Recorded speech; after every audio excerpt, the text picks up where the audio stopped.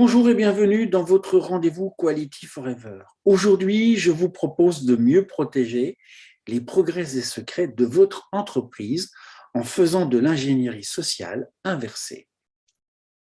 Avant de parler d'ingénierie sociale inversée, définissons déjà l'ingénierie sociale, que l'on nomme également renseignement conversationnel. Cette ingénierie, qui se développe énormément aujourd'hui sur les réseaux sociaux, a pour objectif d'obtenir des informations en se déjouant de notre naïveté. Elle s'exerce particulièrement dans le monde de l'entreprise où l'on innove, crée de nouveaux produits et de nouveaux services. Pour atteindre son but, elle va s'intéresser aux salariés de l'entreprise visée, à ses partenaires, les fournisseurs par exemple, et son mode d'action est la conversation. Pour déjouer cette forme de pillage, vous devez savoir comment cela se passe. D'une certaine manière, c'est comme dans un bon film d'espionnage avec un personnage on ne peut plus banal qui va obtenir un renseignement. Celui-ci va l'aider à remonter de personne en personne jusqu'à obtenir les données recherchées. Dans cette histoire, le méchant n'a pas une tête de méchant. Le lieu du crime sera tout aussi banal avec une personne qui se dit chargée d'affaires de votre fournisseur X ou Y, à la cafétéria ou encore, évidemment, sur les réseaux sociaux. Pour ce qui est de l'arme du crime, c'est la patience, encore la patience et la banalité.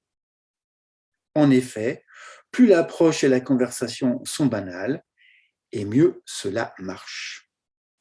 Maintenant que vous savez comment ça se passe, passons à l'étape 2, celle de la protection.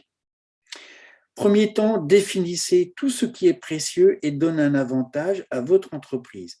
C'est ce qui doit être protégé. C'est par exemple un produit en cours de conception, une réorganisation de votre réseau de distribution ou encore l'usage à venir d'un nouveau matériau. Ceci fait, et pour chacun de ces éléments précieux, définissez qui est impliqué, concerné, informé. Ce peut être un fournisseur, des processus et services en interne ou encore certains techniciens. Vous avez listé ce qui doit être protégé et qui est susceptible d'en parler. Il vous reste à définir clairement ce qui ne peut être dit et qui doit respecter ces interdictions. Il faudra concevoir et mettre en œuvre des procédures d'alerte, par exemple pour faire remonter de possibles approches. Et puis, si vous en avez les moyens ou le besoin, réalisez des tests. C'est relativement efficace. Je vous souhaite une belle journée.